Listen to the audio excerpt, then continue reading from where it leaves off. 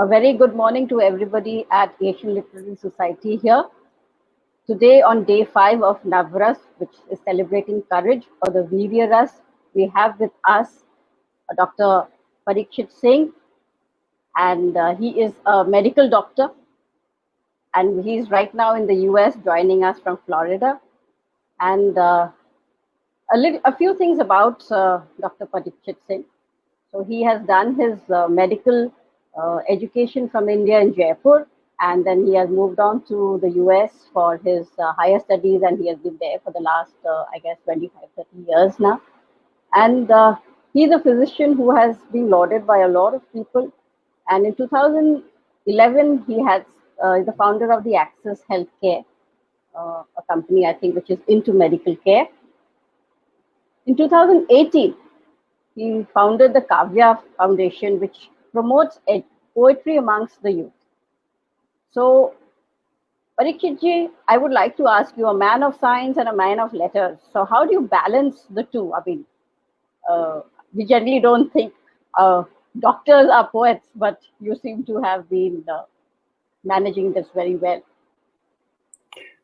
Thank you, Swasti ji. It is a pleasure to be here, and I'm honored to be invited to talk with you and discuss literary pieces and works of art with you. As a physician, I've always felt that art is needed to do a better job as a physician. And as an artist, I've always felt that science is needed to keep me grounded, and work as a physician keeps me in touch with feelings and concerns that are human and practical. So I've always found a synergy among them. And if you look at great people among us, they always brought synergy between the sciences and arts. Prime example is Steve Jobs himself, who turned his iPhone itself to a work of art.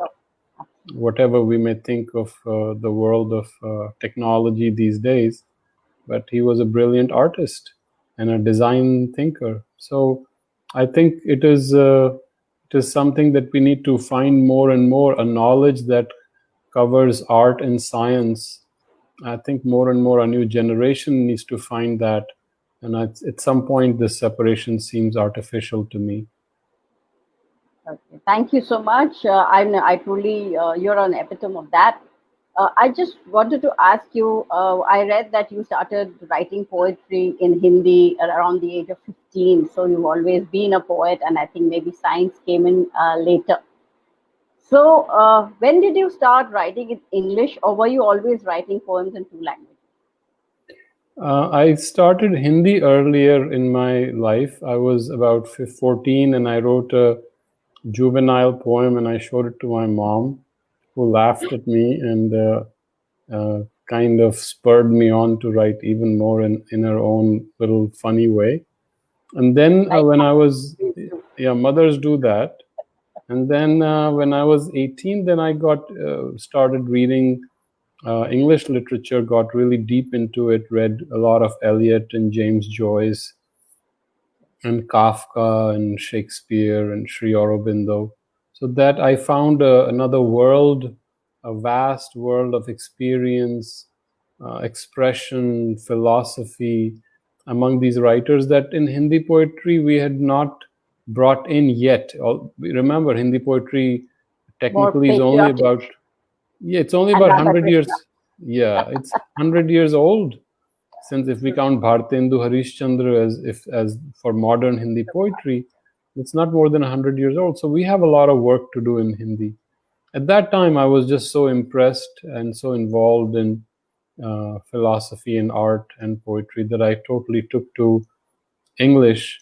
And even while I was in medical school, I spent a lot of time reading and writing. And that's when I started writing in English.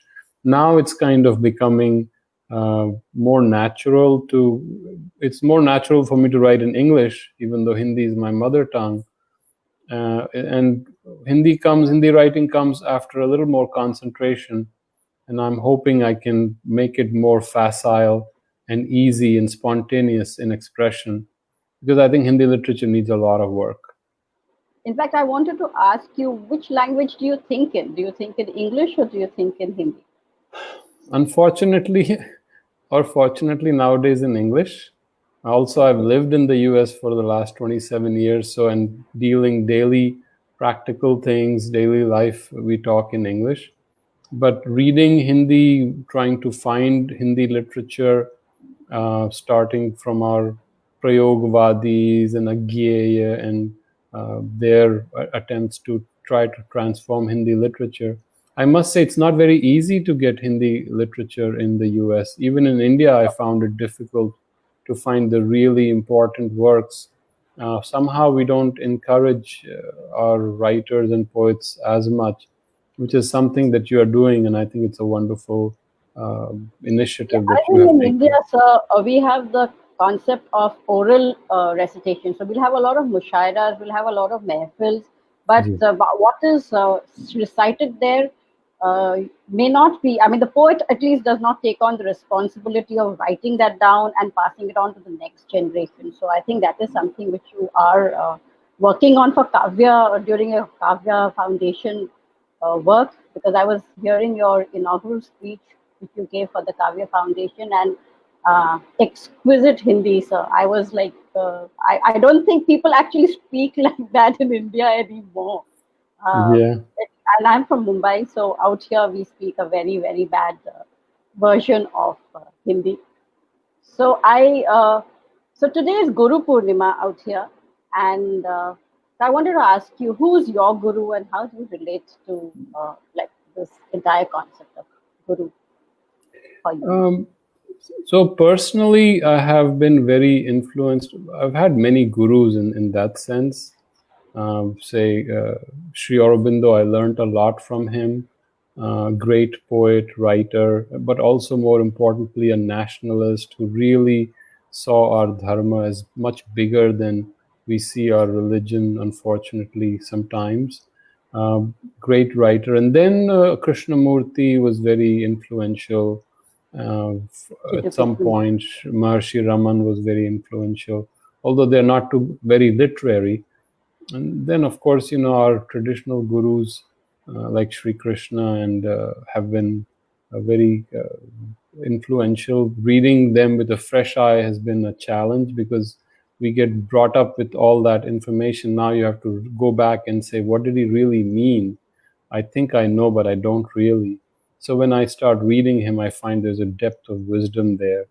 So these are really the teachers who have kind of directed us from, at least me personally, from darkness or ignorance to more awareness. And what we call guru means one who takes you from darkness to light. So they have been our gurus, and every day we can only try to be grateful to them. But today is a special day, and actually in our tradition it's very special. If we open ourselves to our guru, who's we can jump several steps with just that invocation and aspiration. So I'll take up a few questions. Actually, they're not questions; they're comments which have come in from Facebook users, because in India we are very mixed with our language, and you as a like I as an academician can quite understand the confusion which many of the people are putting up, that poetry in the form of Hindi is seen in from Sanskrit. So literally, if we are talking about khadi boli, like this is not to you, sir, this is to the users who are Ji. listening in. When we take khadi boli in as Hindi, like if you stick to khadi boli being Hindi and keep Sanskrit as a separate language, then yes, I agree with what Pariksith Singh sir has always said, that Hindi literature is very, very nascent. Uh, People do not really. I mean, I think Amir Khusro is still Urdu. I mean, I think, as you said, Bhartendu Harishchandra would be the first, maybe the initial person. So going back to Tulsidas, I don't think Tulsidas wrote in Hindi. I'm just addressing all these live comments which have come up, or Rahim. Uh, we can very much understand. I think Awadhi would be the language they wrote in, not really Hindi. So we are being very purist out here, because when you are going to be promoting any kind of language, uh, So we need to stick to that. So I think that's the challenge you have when you become an academician or when you are really looking into this as an author. Yeah, I meant So Khadi Boli. Ji, I yes, meant of Khadi course. Boli. Hindi Yeah, is when we say Hindi, we present uh, Hindi. present it. Uh, Parikshit ji, in the chand which we have in Hindi or the meter that we use and rhythms that we use in various languages differ. Ji. So how do you match Hindi rhythms? Because why I'm asking this is I heard a poetry by you about Radha's love for Krishna, by the way she throws away the flute. So that's a very, very Indian Hindi. I think we can all understand that. And somehow it was said in English. So how do you manage these two, the rhythms and the chant, when you're talking about writing in English? So Hindi sounds are very interesting and very beautiful to me personally, because they come from Sanskrit, and Sanskrit, of course, is a language that I'm deeply in love with. And I have written, actually recently I was researching this. Every akshar in Sanskrit has its own sound significance. I mean, if you really go, even something like dva, if you look at dva, dva gives you dvait, which is two, Two. duality, right? But dva also gives you dvigna, like udvigna. And udvigna is what? Restless. So dva, which is duality, gives you restlessness. So if you're in a dualistic state of mind, you're restless. It was ma. And remember, Sanskrit affected not just Hindi or Marathi or Bengali. All Indo-European languages have been influenced very deeply by Sanskrit. The original influence was much purer. Now, of course, English has many other influences. It became an Anglo-Saxon language. So there's a lot of mix. So, of course, what I'm saying is not 100% correct. But say a sound like ma. Ma is one of the first sounds that a baby will say. Ma is easy to say. Ma, Yeah. Yeah. right? Just separation of the lips and get your breath out. But ma, the baby associates with that loving, blurred face as the eyesight is growing, that blurred face that takes care of the baby whenever he or she needs something. So that ma is very Emotion. protective, emotionally close, secure.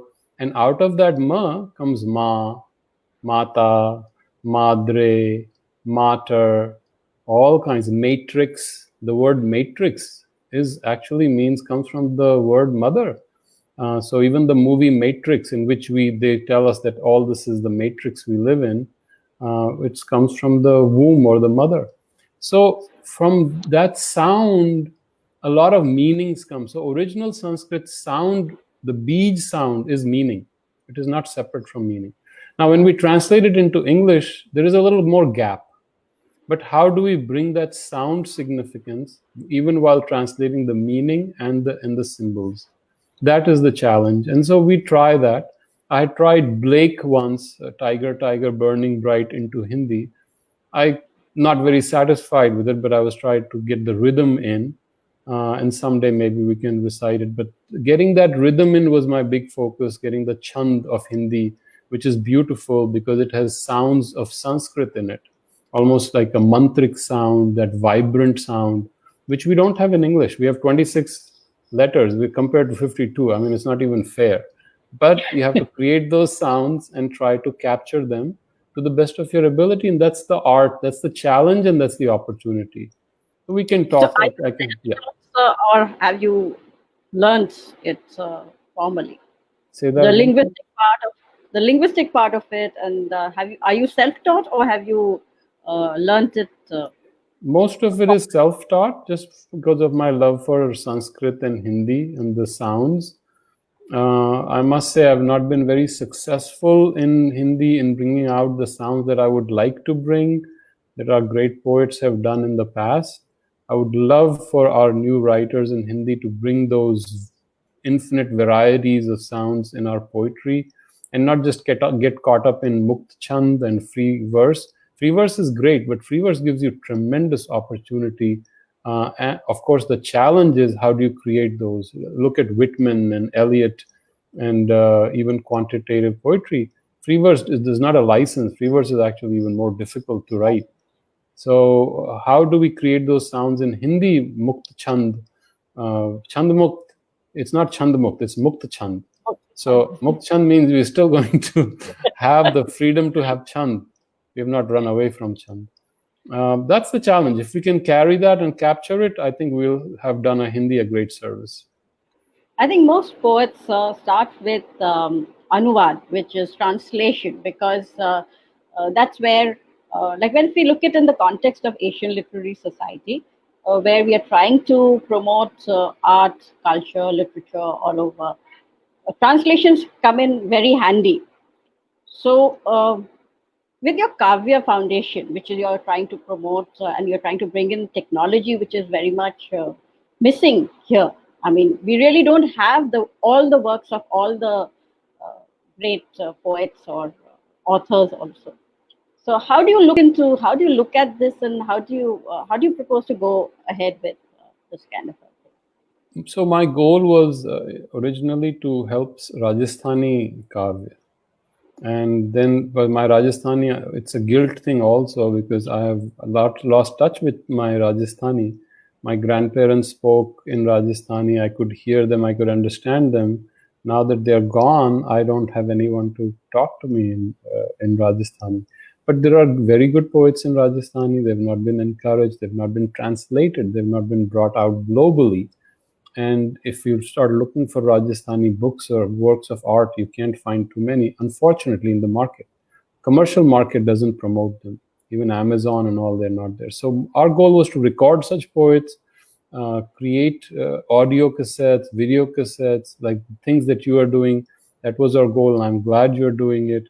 How do we interview them, have them talk about their art, detailed, deep dive into what their technique is, what they see it as for posterity, but also to preserve their great works. I mean, if you remember Meghraj Mukul, I don't know if you might be the new generation. Meghraj Mukulji was actually father of my friend, great poet. I was looking for his books. I can't find it. And this is someone who lived in Jaipur, whom I met, who wrote Sainani, great work of poetry, and no great translations exist. So those are things that I think we need to do. And he's not too old. Just 20 years ago, he was here, 25 years ago. And at that time, of course, I didn't have the awareness, but I would have loved to record him for posterity. And he was a great elocutionist. When he read Sainani, your hair would stand on its end. So we'll have to figure out some way to capture those resonances. I'm glad private individuals are taking this up, but I really feel, as an academician, really, as a person who goes into research, that we need a national repository of both written as well as spoken art. Yes. So, keeping that aside, Parikshit ji, if like today's generation, like when we think of a poet, we think of somebody who's old and wise. But we have a lot of young poets coming up who may not have the training. They just feel that if they rhyme something, it kind of becomes a poet. The Today's generation, like my children also, I don't think their idea of entertainment is really to take a book and read. Or if they read for pleasure, not so much for learning. And poetry needs to be heard as well as read. I mean, only can Yes. if I'm able to hear a poem, am I able to then read it? So, what are your views about younger generation and poetry? If we can get them into a love of literature, appreciating the nuances, the fineness, and what is behind that, then I think we'll have done them a great service. Even technology, if they love digital, the mobile sets and iPhones and iPads, then we have to figure out how we can capture their imagination. And I have seen, last time I saw some attempts, I think Terribly Tiny Tales, they had started, which was, I thought it was a very good attempt. Then there was some Twitter poetry people were trying. And again, it's difficult to write poetry in that small space, but haiku have been written, 3-liners, traditionally 17 syllables, and it's a great discipline for a poet to start to convey what they feel in a minimalist manner. So that would be something we should create workshops. And if I have my dreams come true, that would be something I would like to do, make education integrated with arts and literature and poetry, and then make these workshops easy and scholarships for the youngsters, and make it fun and exciting. We can't make it boring for our youngsters. That's Parikshit, you've hit on the correct word, which is education, because in our school education today, art education is missing.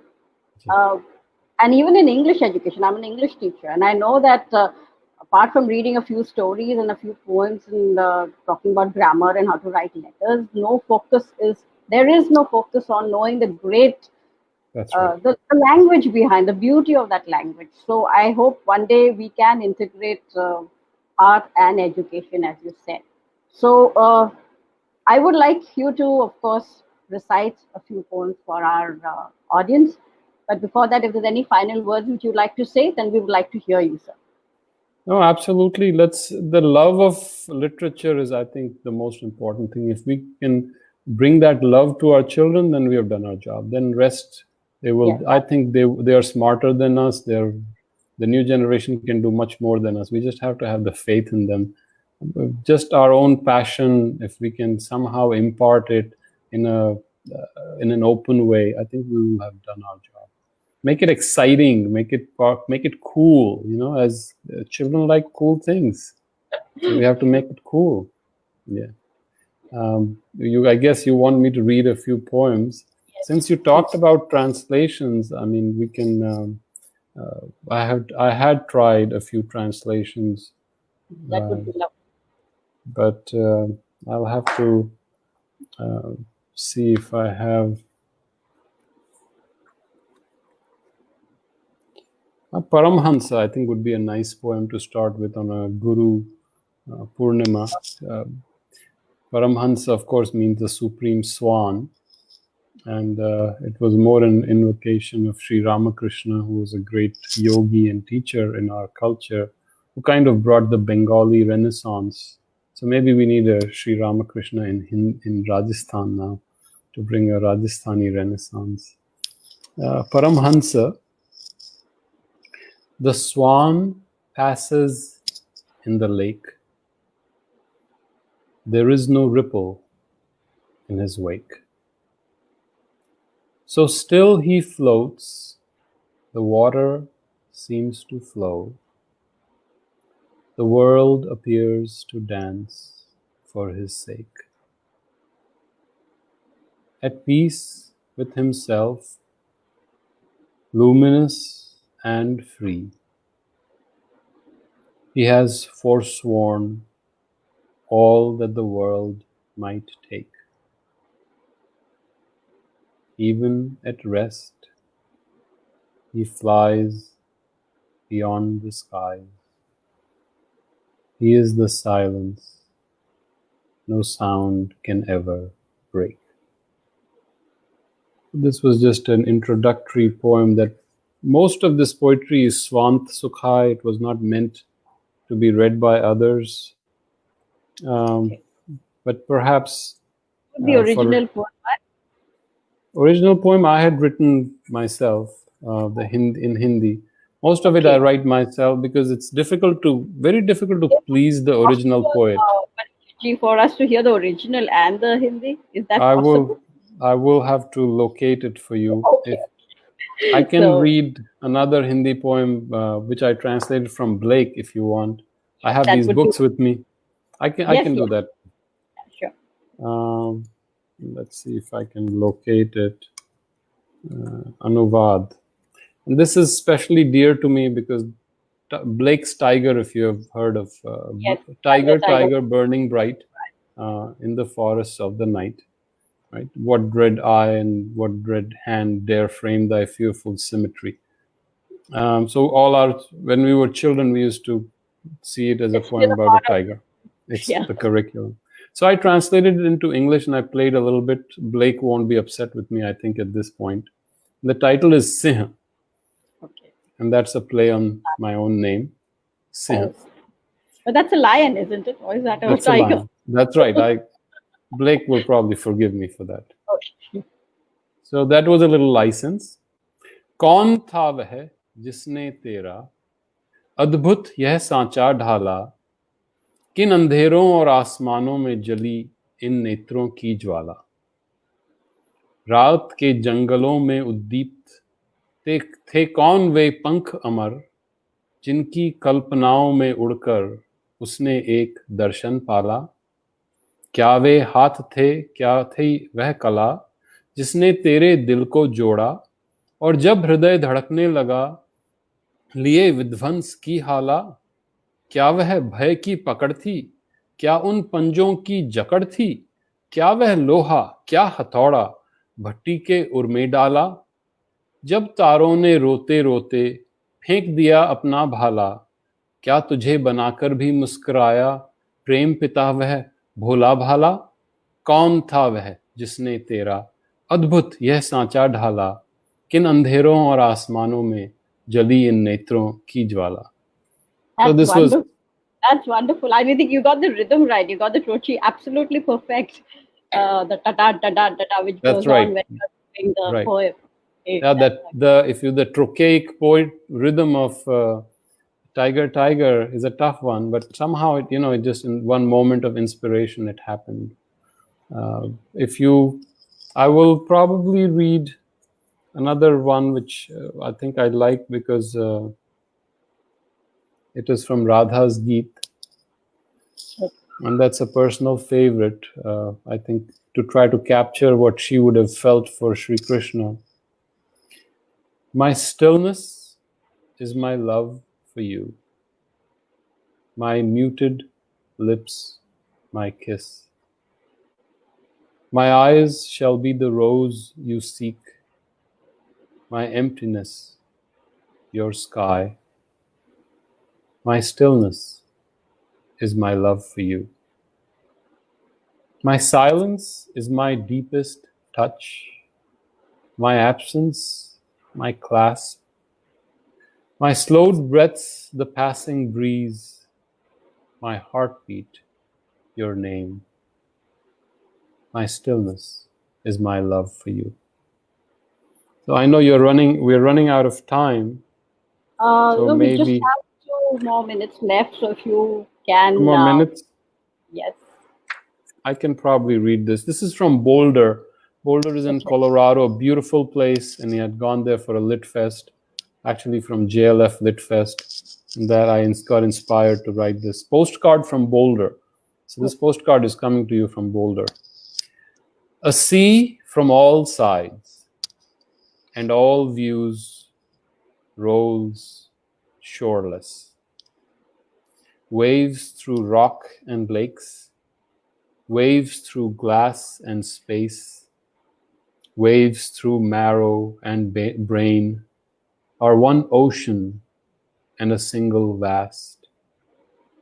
At the library of rocks by the ancient creek of floating mirrors, where every rolling facade is a single page, one reads from the encyclopedia of interweaving rings. The tremor of aspen and iron grain turning golden and innumerable as countless reflections of sun. At the center of a crystal, light streaming from sky and mountains, heart and lake, is one invisible throb. And each beat of heart and ripple of stone, each lisp of light and glimpse of sound, colliding in the same unknown expanse, is the same soundless wave. Wonderful, beautiful. I think that was so picturesque. I could just kind of imagine a place like that. Could we end it with a Hindi poem, please, by you? Your Hindi rendition. poem. Yeah. Or you write only in Hindi, or is there any Yeah, other language? so since we're talking about translation, maybe I'll translate a Yeats for you. Now, Yeats is another beautiful poet. Yes. He's not very easy to translate. Or should I do Rilke for you? Let me do Rilke. Rilke's famous poem, The Panther, in German, which I didn't translate from German. I cheated a lot looking at English translations, and then I translated him. Tendua. So since we did Singh, I think we should end with Tendua. And if you someday like, you may want to read up his poem on the panther. It's a beautiful poem. I'll definitely do that. And I think that goes very well with our theme today, which is courage. Yes. So उसकी दृष्टि लगातार सलाखों से गुजरती इतनी थक चुकी है कि वह कुछ और भी नहीं देख सकती. उसे लगता है कि वहां सिर्फ 1000 सलाखें हैं और उनके पीछे कुछ नहीं. वह बार बार इन सिकुड़े घेरों में घूमता है. उसके नर्म शक्तिमान डगों की गतिविधि एक केंद्र के चारों ओर नृत्य का अनुष्ठान है, जिसमें उसकी महान इच्छा शक्ति लकवे से ग्रस्त खड़ी है. बस सिर्फ कभी कभी उसकी पुतलियों के पर्दे चुपचाप ऊपर उठते हैं. उसकी आंखों में एक तस्वीर उतरती है और गिरफ्त में खिंची मांसपेशियों में से तेजी से दौड़ती हुई हृदय में डूबकर खो जाती है. That's beautiful. I think I think translations inspire you to, I think, go back and read other. Yes. I So, think.